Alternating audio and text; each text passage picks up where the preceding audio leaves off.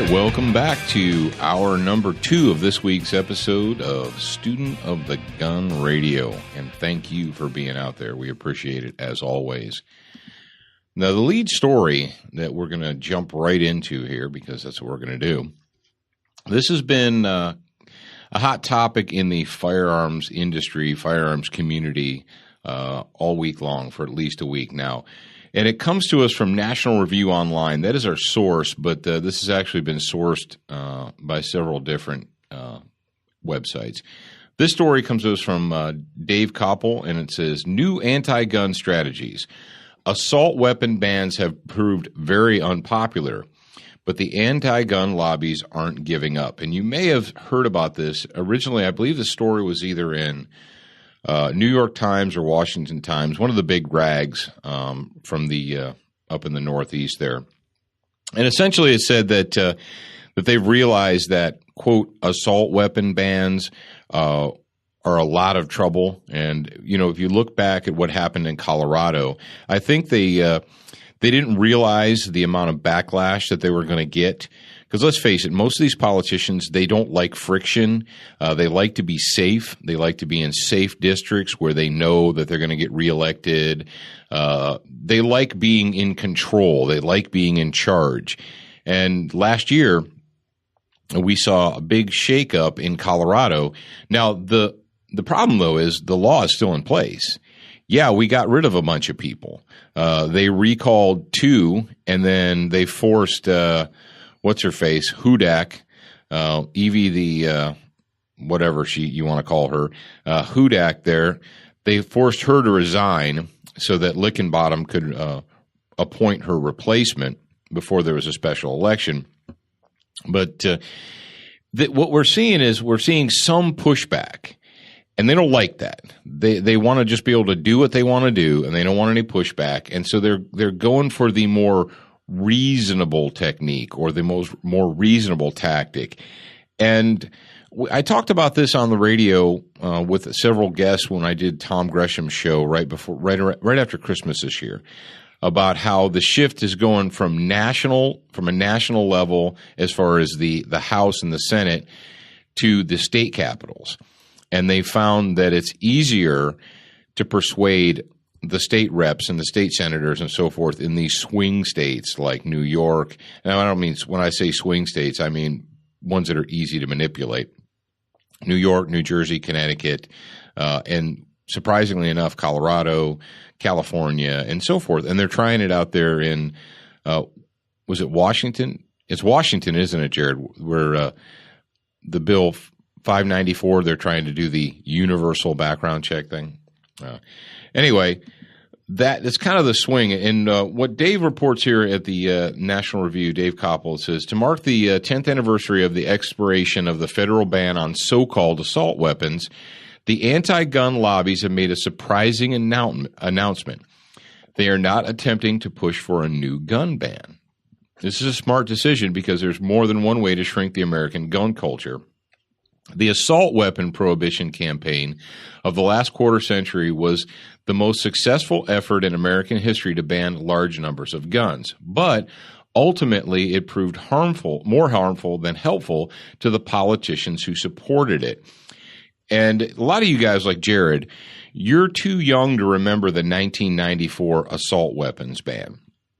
But in 1994, Bill Clinton, that scuzzbag piece of human filth who's still sucking up all the good oxygen from planet Earth, he took office. He had a Democrat-controlled Senate, a Democrat-controlled House, and they pushed through in 1994 an assault weapons ban. And I believe it only passed by one vote. And the only reason they were able to get that done was because that they put a sunset clause in it that it would expire in 2004. But what happened in 1996, and this is something that you young guys, you 20-somethings that you don't remember, and even maybe, if you're 30 years old, that was 20 old years ago. So if you're 30 today, you were 10 then. You don't remember. But in 1996, during the midterms, what happened was excuse me. Am I speaking incorrectly? 96 wasn't a midterm. 96 was an election. But during the 94 midterms, what happened was they lost control of the House. What Bill Clinton did for the Democrats, he took control. He became the president. He swept in 92 with a Democrat presidency, Democrat-controlled House, Democrat-controlled Senate, and sent about to basically screw over the American people. In 94, after the assault weapons bill was pushed through, during the midterms, they lost control of the House. And then by the time he was out, after he did 8 years, he had lost the Senate too. And there was a lot of backlash that people experienced. And Clinton even went public about it. And he lamented these guys sacrificing their careers. And, he said how noble it was for them to sacrifice their careers for the safety of the American people by casting their vote, even though they knew it was unpopular and that their constituents wouldn't like it. Which brings us up to a good point. Jared, are politicians supposed to go to Washington and do what they want? Or are they supposed to go to Washington and represent what the people in their districts want? They're supposed to be representatives, I thought, anyway. That doesn't really seem to be the case now. Yeah, I mean, we seem to have forgotten that. It's the whole they're constantly the talking head news reporters, and they're always asking this representative and this senator, and they're asking them their feelings of blah blah blah blah blah. Well, I really don't care what their feelings are. They weren't sent to the House. They weren't sent to the Senate. They weren't put in a position there to express their personal feelings. They're supposed to be there representing the people of their districts, but that's not what they do, and you and I both know that. They get in there, and they have their own personal agendas. So getting back to the story here, though, what David points out, he said there's going to be a shift, and there's actually an entire article, Why Gun Control Groups Have Moved Away from the Assault Weapons Ban.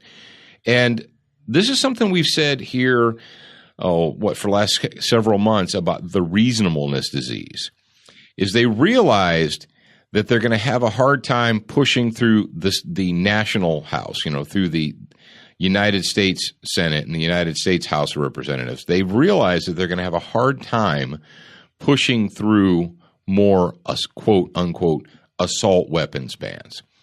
So what is the tactic? What are they changing? Well, one of the things they're doing is they're moving into this reasonableness camp where they've changed assault weapons ban to universal background checks. Because how could you be against those? No reasonable person could be against universal background checks, right, Jared? Jared says, yes, he's not against it. He's shaking his head over there. But that's what it's. If you don't think it's a propaganda war, if you don't think that this is a very deliberately strategized campaign to try and influence the ignorant, and I didn't say stupid, I said ignorant. They're not trying to influence you, although it does dismay me. Jared, can I tell you what has brought me to dismay? What has brought you to dismay? People who should know better, really, seriously, that should know better, fall for this reasonableness disease. There are people in our camp that should be, on the right side. And, well, I understand we have to do something. And we fall back into we have to do something. Yeah, but is the doing something going to improve things, or is it going to make things worse? Well, we just have to do something. And a lot of people in the firearms industry have fallen for this universal background check bullcrap. Well, I understand that. I can understand, blah, blah, blah, blah. It's called property rights, folks. It's all about property rights. You're like, whoa, yeah, it's my property. Folks, if you can't transfer a firearm from yourself to another lawful adult without going through an intermediary, without asking permission from the government first, it's not your property. It's an object that you are allowed to possess until the state decides you're not. Do you understand that? And the Lautenberg Amendment, do you guys know what the Lautenberg Amendment is? It's basically taking people's constitutional rights for misdemeanors. What? No. You can't lose your constitutional rights over a misdemeanor, Paul. Really? You can be charged with a misdemeanor domestic violence and lose your right to possess a firearm. It used to be that we only strip people's constitutional rights if they were convicted felons. If you were convicted of a felony, then you lost certain rights. You lost the right to vote, you lost the right to possess a firearm, so forth.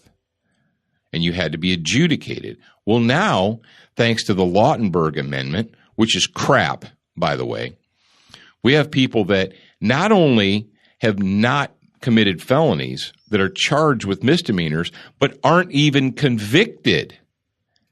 You can simply be charged with a crime and not convicted and still stripped of your rights as a citizen. Well, that's just reasonable because we can't risk someone who's been charged with domestic violence having a gun. We just can't risk it. We can't risk it. Really? So you're telling me that stripping someone of their lawful right to possess a firearm is going to keep someone who would have a predisposition to break the law? It's going to keep them from getting a gun because we know, Jared, what do we know? That the fact that criminals aren't allowed to use guns to commit crimes, that it's against the law, well, then it never happens, right? And criminals don't ever get a hold of guns, and lawbreakers don't ever get a hold of guns, do they? Oh, they do? I got a question. Go ahead. Do we have to get background checks right now? Are there background checks that are enacted? Yeah, if you purchase a firearm through an FFL dealer, through a federal firearms license dealer. Okay, so that's not stopping anybody. No, it doesn't stop. That doesn't stop crime. It doesn't stop people from getting guns that shouldn't have guns. Well, we need to ban them all then, right? It'd be like Australia. Be like Great Britain. If a criminal is getting right now, okay, the law-abiding citizen goes in and gets a gun from an FFL, and then they either give it or sell it to a criminal. How would universal background checks stop that? How do universal background checks stop criminals from stealing guns or trading guns on the black market? Yeah. Well, they don't. Who is the universal background check designed to hamper? Is it designed to hamper criminals or is it designed to hamper citizens? Riddle me that, Batman. Look me in the face and tell me that a national universal background check that forbids anyone from transferring a firearm to another person without going through a background check, a government-sanctioned approval process. Tell me how that's going to keep firearms out of the hands of criminals. Well, it might not, but it's something. Oh, that's right, it's something. So right now in the United States, and pay attention to this, you have to pay close attention because a lot of people on our side have gotten all excited. They're like, oh, they're gonna stop the assault weapons talk. So we've won. Yay, we've won. We convinced them that we shouldn't be disarmed. No, that's not it. They're just shifting the propaganda campaign with the moms, need more bedroom action and so forth. I'm going to read the last paragraph of this because it's got something in it that I think is funny. The last paragraph of this article says, instead, the list of supposedly illicit characteristics includes things such as whether a rifle had a lug for a bayonet, as if drive-by bayonetings were America's top social problem. Well, that's the last one on the page. The article continues. But we've been joking about that for years, about the whole bayonet lug thing, because when's the last time someone got bayoneted in the United States? Since the Civil War. I think it's been a long time. But regardless. Now, on a completely, totally tinfoil hat, sinister motive, do you think that they actually had the bayonet lug thing put into the assault weapons because they know that citizens armed with rifles and bayonets present a threat to the state? Think about that. It used to be, we've talked about bayonets before on the show. If you're new to the show, please, if you're an old school student of the gun, allow me a moment. Indulge me for just a moment. When I was in the Marine Corps, we still had bayonets. Yes, we did. We had bayonets. And we had rifles. And when I was working as part of the Security Forces Battalion on the USS Forrestal, it was quite common for the shipboard personnel to see the members of the Marine detachment moving about the ship armed. Shotguns, pistols, rifles. It was a common sight, and they got very used to it. It was no big deal. So when we had to do something that was above and beyond the norm, something that was very, very serious, something that an evolution or a mission that required that the shipboard personnel steer clear of us, stay away from us, go somewhere else, we've got something important to do here, we would fix bayonets. We would put bayonets on the end of our rifles. And you say, well, were you going to bayonet them? No, probably not. But they were so used to seeing us normally carrying guns that it really didn't affect them. It wasn't that big of a deal. But when we put bayonets on the end of our rifles, they steered clear. They're like, ooh, we need to stay away from those guys, because that's different and that's scary. And it's silly. And you might say, well, how is putting that thing on? I mean, you had a 30-round magazine in the rifle, so certainly that was enough to do harm, but that didn't scare them. But you put a sharp, pointy thing on the end, and they got scared, or they exercised caution and stayed away from us. And it was the psychological aspect of it. That's exactly what it was. That's what our leaders knew. That's what the officers in charge knew. The psychological aspect of seeing that bayonet, because let's face it, if there's a bayonet on the end of the rifle, it's business time. Playtime is over. It's time to get serious. And that's the end of that. But I thought that was funny. I saw the word bayonet in the article, and I had to bring that up. All right, Jared. Now, we deliberately started right out directly straight into the meat of this episode. But we want to talk about our good buddies at SWAT Fuel and Brownells. Now, Brownells.com, what you're going to do when you go shop at Brownells, you're going to put in the promo code GTF, Golf Tango Foxtrot. Shop around, get what you need, put in GTF. You're going to get a $10 gift card with orders of $50 or more.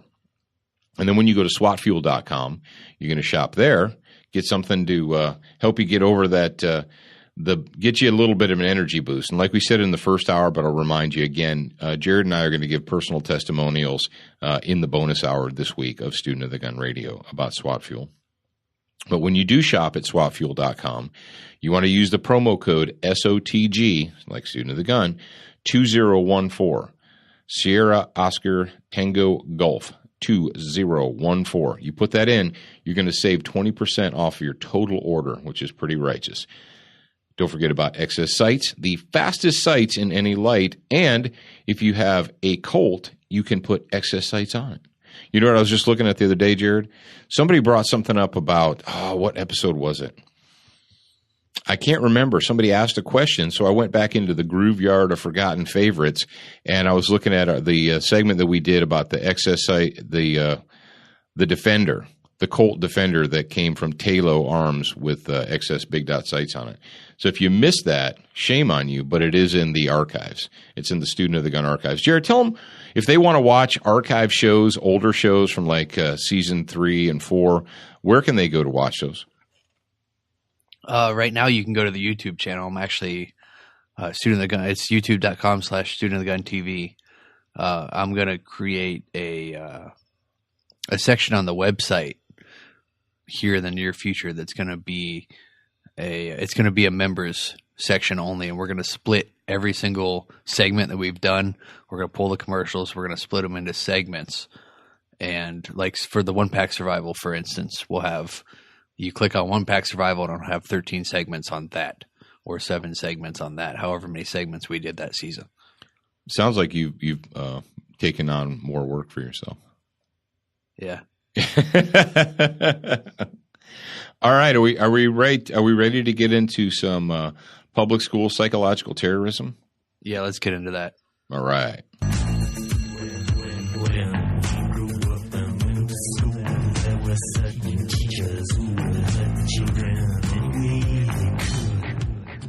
Yeah, this is we were going to use – at first I thought maybe Vagination Report, but I don't want to make light of this because it really has put a burr under my saddle this week. How about you, Jared? Does it put a burr under your saddle? Yeah, this is ridiculous. This is I don't know how I'm going to keep this family friendly, but I'm going to try really hard for you guys. So Jared won't have to hit the Deedle button or stop me, but – This comes to us. This story was September 12th, and it was updated on the 19th of September. The source is WSPA.com. Woodruff High School students made to remove American flags from vehicles. Okay, now I'm curious. Now I've piqued your curiosity, haven't I? Woodruff, South Carolina. 7 on Your Side, that's local news channel 7 there, was contacted by several upset parents who say Woodruff High School students were made to take down American flags from their vehicles on September 11th. In case you guys forgot, that was the anniversary of the day that we were attacked and we realized that we were actually at war with radical Islam, with the Muslim world. We had been for a long time up to then, but that was the day that we finally realized it, apparently. Spartanburg District 4 Superintendent Raleigh Liston said 4 students arrived at school Thursday morning with U.S. flags propped up on poles in the beds of their pickup trucks. What? How dare they? What a sick and disgusting display of patriotism. The school's principal, Aaron Fulmer, Fulmer, Aaron, Aaron, the school's principal, Aaron Fulmer, confiscated the flags because he said it is against district policy to, quote, draw attention to one's vehicle. Let that sink in for a second. Let that marinate in your little brain right there. So, the school's principal thought that he really needed to get out in the parking lot and enforce the district's policy of against drawing attention to your vehicle by confiscating the American flags from their pickup trucks.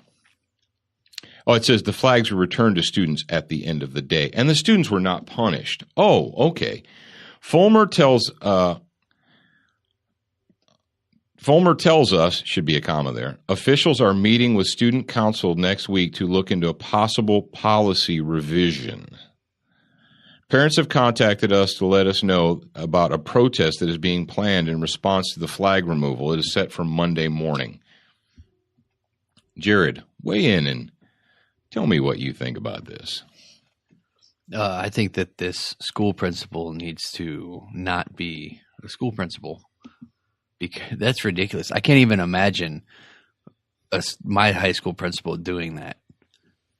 I can't imagine an American adult male that thinks it's a good idea, that would for even 1 second entertain that as a good idea. And so drawing attention to your vehicle. So what if your paint job? Well, yeah, it's like if I was, your vehicle's too nice. The local body shop should paint these 4 students that got their flags confiscated. They should paint their cars with a flag design. Oh, well, then what are they going to do? They're going to ban them from driving their cars onto the campus. What are they going to do? I don't know. Apparently, it's part of their, according to the follow-up story, and the follow-up story is September 16th. It says parents protested and against what they are calling the zero tolerance policy. What do we know? What is zero tolerance? It's tyranny. If you don't know that, if you haven't realized that by now, zero tolerance policies are tyranny. That means I don't have to exercise any thought. I don't have to exercise any judgment. I can just hide behind the policy. And this is what we've got going in the United States, folks. And shame on South Carolina. I hope that the parents don't drop this after the protest. I hope they don't drop it, because this guy needs to go. This Aaron Fulmer dude obviously has a complete and total inability to exercise any type of rational judgment. If on September 11th he decides, I don't care if it's September 11th or not, any day that students want to come to school with, oh, I'm sorry that they're exercising patriotism. We don't. That's what it is, Jared. We don't want teenagers. We don't want kids exercising or expressing any type of, patriotism. Do we? No, we don't. You're puzzled. I see you have a puzzled look on your face. Are the words in this story just like melting your brain, or? Well, did you read what the superintendent said? No, go ahead and tell me what the superintendent said afterwards. The superintendent was trying to downplay it, and they said, Spartanburg District 4 Superintendent Riley Liston contacted us Monday morning to let us know Monday is America Day as part of a series of themed events leading up to homecoming. He says even before the flag controversy, students were scheduled to come to school wearing patriotic clothing. Oh, okay. So that they didn't want people to think that they showed up with the flags and stuff because of the protest. Well, and I'm looking for the apology here, because how does it always work? Every time one of your local school districts, every time they go full on Nazi, every time they do something that's heinous and wrong, and they get caught. Then they come out. What's the first thing they say? Oh, this was a misunderstanding. Oh, no, this was the person involved just simply misunderstood, or they didn't mean it that way, or whatever. They're always allowed to cover their fannies and come out with some type of a namby-pamby, mealy-mouth excuse. It should have never happened, folks. What in the world is going on in the United States of America? And this isn't the first quote-unquote flag controversy to pop up. How many news stories have you seen here over the last couple of years where a homeowner has an American flag flying from the front of their house, and the homeowners association tells them that it's a violation of policy to fly an American flag in front of their house, or it can't be that large, or it can't be that what? I'm sorry, folks. I'm sorry. I'm done with it. I am 100% all fed up and done. D-U-N-N, done. I'm not taking it anymore. I don't want to hear it anymore. And if you put up with it, that's what you get. Parents, if you still have your kids in public school, I don't know why. And you're like, this isn't North Carolina here. I'm sorry. It's not New Jersey here. This isn't New York, California. That's freaking South Carolina. Spartanburg County, too. The home of the Confederacy. The state that started the Civil War. And that's right, the South started it. The North didn't start it. The South started it. Look it up. There are kids who went to public school. Everyone who thinks that the Civil War was fought to end slavery, riddle me this, Batman. Who started the Civil War? The North? Did the North invade the South in order to end slavery? I don't want to get off on a tangent, but it didn't. the South started it, and it was South Carolina specifically that started it. And it's time for a little bit of house cleaning there in the Woodruff High School, I would say. Send this guy back to New Jersey where he belongs. All right. You want to do, folks, Jared, have you noticed that we get into these geographic themes? It seems like when one area of the world, whether it's Australia, New Jersey, Chicago, I'm waiting for them to freak out in Chicago again. Gary the Enforcer hasn't said anything stupid that publicly, at least for a month or so, that I've heard. I'm sure he's up there saying stupid things. I just haven't heard it. But last week we introduced you to our new Canadian theme, our Canadian update theme, and we have another reason here this week to play it again. So, Jared, cue up my man Geddy Lee.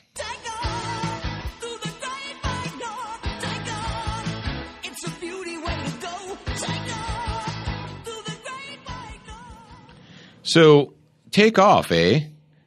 We've got these hosers up here in Canada. And this week, we posted this story on Student of the Gun's Facebook. And it occurred actually, of course, right after we finished recording the show last week. And last week we talked about, how you can behead your mom and you can get a day pass because that's part of your rehabilitation process. And how owning a gun in Canada, according to the RCMP and I guess was it Toronto PD, whoever it was, it is a privilege, not a right. And the detectives wanted to make sure that we understood that. So here we go. We've got a story about two young guys up in Alberta. No, let me get the province right here. I don't want to mess up the province. Two young guys, and when I say young, they're like in their early 20s, and you are allowed to airsoft in Canada. Believe it or not, you're like, what? You can airsoft in Canada? Isn't that scary and dangerous? And those guns look real, and they hurt my feelings. But no, you still can legally own airsoft guns. And for those of you in the audience that don't know, you're like, what is this guy talking about?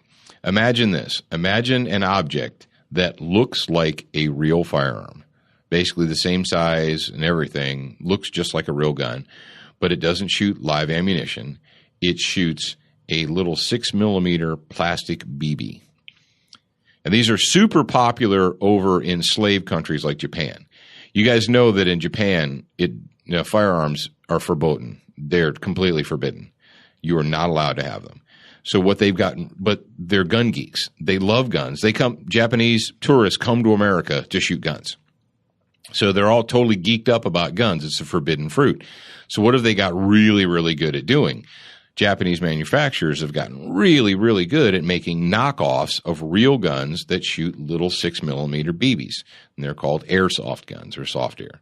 So you can do that in Canada. Well, you got to be careful, because if you do that in Canada, somebody might see you doing that and they call the police. Well, these brothers, they went on the Canadian equivalent of Craigslist, and they buy this airsoft gun, and they meet a guy in a parking lot and they buy it and so forth. And these things aren't cheap. Some of these things, these electric airsoft rifles are like $400. They're not cheap. So they buy the deal, and what happens is someone sees them and they think they have a gun and they freak, right? They call the police. They SWAT take down these dudes, right? They take these guys down, SWAT takedown in their driveway, get them out at gunpoint, handcuff them, handcuff the two brothers, handcuff the girlfriend, search their vehicles, and they pull out the gun, right? And it turns out it's an airsoft gun. It is a toy. It is a BB gun, right? So you think, all right, well, what do the police officers do? They take a deep breath and they go, oh, my bad. Oops. This is obviously not a real gun. It's not against the law for you to have it. Not against the law for it to be in your car. They didn't menace anyone with it. They didn't commit a crime or anything like that. So they give it back to them, right? And they let them go. And they're like, hey, have a good day. No, No, they don't do that. They actually take them into custody, transport them to the police department, and get their story, get their statements, and then they take the airsoft gun in as evidence. They confiscate it as evidence. You're like, well, evidence of what? Have they been charged with a crime? No, they haven't been charged with a crime. You're like, well, hang on, Paul. I'm a pretty slick dude. If there's no crime, if there's no charges, how do you have, quote, evidence if there's no charges of a crime? Well, there's a conservative news agency, and we've used stories from them in the past, sunnewsnetwork.ca. And the Sun News did a follow-up on this story, and they sent their little reporterette chick out to talk to the local constabulary there. And they ask him, they're like, why do you have these kids' BB guns still? Why haven't you returned it to them? And what Jared's going to do is he's going to play this clip for you. He's going to play the audio of the constable. And this is the constable explaining to the reporter why the police haven't returned this property, lawfully owned property, to its owners. It's whenever the analysis is done, and unfortunately it goes to the RCMP. So depending how backlogged they are or how many cases they have, it could take up to 6 months. 6 months? Could be. That's a long time to hold somebody's private property, isn't it? But unfortunately, that's the time it takes for the analysis. So there you go. What's that all about? Is it about dignity? Is it about respect?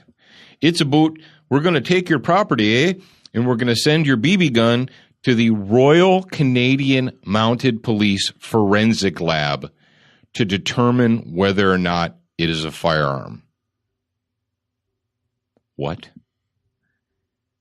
And, well, it may take up to 6 months. They're really busy. Apparently, they have a lot of BB guns that they need to test up at the RCMP to determine whether or not they're firearms. Yeah. And this is the model that all the hippie, liberal progressives in America, this is the reasonable model that they want us to follow.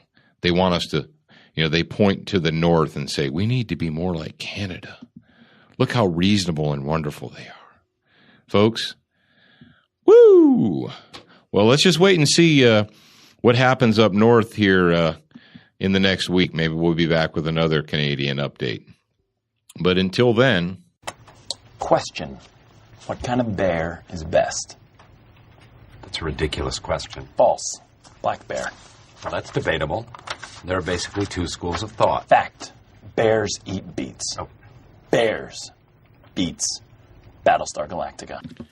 Well, thank you for Dwight and Jim to give us our bear update. We're not going to talk about beets or Battlestar Galactica, but we're going to talk about bears. Now, you guys out in the Student of the Gun audience know that bears are not fuzzy little creatures on Disney movies that you can pat on the head and give a big warm hug to. Bears are large wild animals that sometimes want to eat you.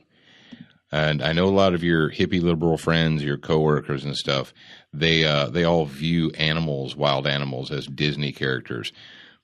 And they can't understand why you would want to go to a national park armed. It bewilders them. Well, what do you think you're going to do in the park? Well, I don't know. Possibly be attacked by a large carnivorous animal. We got two stories this week. The first one actually was sent to me by my buddy. Easy for me to say, by my friend Ed Head from Gunsight. And this is a story out of Utah. It says Fremont County Coroner Ed McAuslin said an autopsy of Adam Stewart confirmed that he was killed during a bear attack. And this was on the Dateline. Let me see the Dateline. Did they not put a date on this? They put the time. Okay. Thank you for putting the time on their website. But anyway, the article was sent to me this weekend. But a man was out. So University of Wyoming determined there's an anthropological exam conducted by the University of Wyoming to determine how the attack occurred. but they found this guy's body out there, and he was attacked and killed by at least one bear. And they said they found deer carcasses and multiple tracks. It may have been more than one bear. Then we got, ironically enough, another story out of the Northwest Territory. Hunter, and this comes to us from Sun News in Canada, hunter killed in bear attack in NWT. And this one it says, hunter has died following a bear attack in the Northwest Territories. RCMP were called to the area southwest of Norman Wells near the Yukon border just after 9 p.m. Wednesday. The victim's name has not yet been released. Researchers say that bear attacks are on the increase, and they go on to list several other bear attacks that have happened here during the last year. And the reason I wanted to bring this up is because, folks, if you don't understand the reason to be armed all the time, I don't know what to say to you. It dumbfounds me, the people that think that large wild animals, and because we love wild animals and we protect them so well, that they have essentially lost their fear of humans and, go out west, cougars, mountain lions, whatever you want to call them. Attacks are up, bear attacks. People say, well, there's only brown bear, or there's only black bears near me. There's no grizzlies, there's no brown bears, there's no polar bears. Do some research, folks. Black bears attack humans more often than any other type of bear because they're more prevalent and they spend more time around people. If you're going to be out in the great wide outdoors, you need to be armed and you need to be prepared and you need to keep your head on a swivel and pay attention to what's going on around you. So, wow. Bears freaking attacking people. But your hippie liberal coworkers will tell you, well, what are you going to do? Shoot the bear? It's just, that reminds me of this. There was a bear attack in the Smoky Mountain National Forest, and they got a wildlife expert out to say that bears don't want to attack humans. They're just curious. This is what this chick said. They were just curious. Apparently, they're just curious as to what you taste like. But be prepared, be ready all the time. Now, that brings us right up to the end of hour number 2 of Student of the Gun Radio this week. Thank you again for joining us. I am your host, Paul Markle, and the man behind the curtain over there on the other side of the glass, Jared, makes it all happen. Don't forget to check out Student of the Gun TV, Dish Network Channel 266, Monday nights Eastern. That's every Monday night Eastern, Dish 266. And we are expanding. Yes, we are expanding onto your Roku TV, your Apple TV, your Chromecast, and so forth. Now, if you want to listen to the subscriber hour, all you have to do is go to studentofthegunradio.com. That's studentofthegunradio.com. And you can click on the link right there, and you can subscribe to the bonus third hour. Now, during the third hour, we're going to talk about SWAT field testimonials. We are also going to talk about the Patriot Bookshelf. We're going to give you a recommendation from the Patriot Bookshelf. And we're going to answer a personal question like we always do. And you're like, well, why should I do that, and why do we want to do that? This gives us the opportunity to get a little farther off the chain than we normally do. It gives us the opportunity to talk about things that we wouldn't or couldn't talk about during the normal public hours. But folks, if you haven't joined us, you should. It's a lot of fun. We enjoy doing it each and every week. We get a little bit crazy, don't we, Jared? We do, definitely. All right, ladies and gentlemen, children of all ages, thank you once again for joining us. And remember, you are a beginner once. You are a student for life.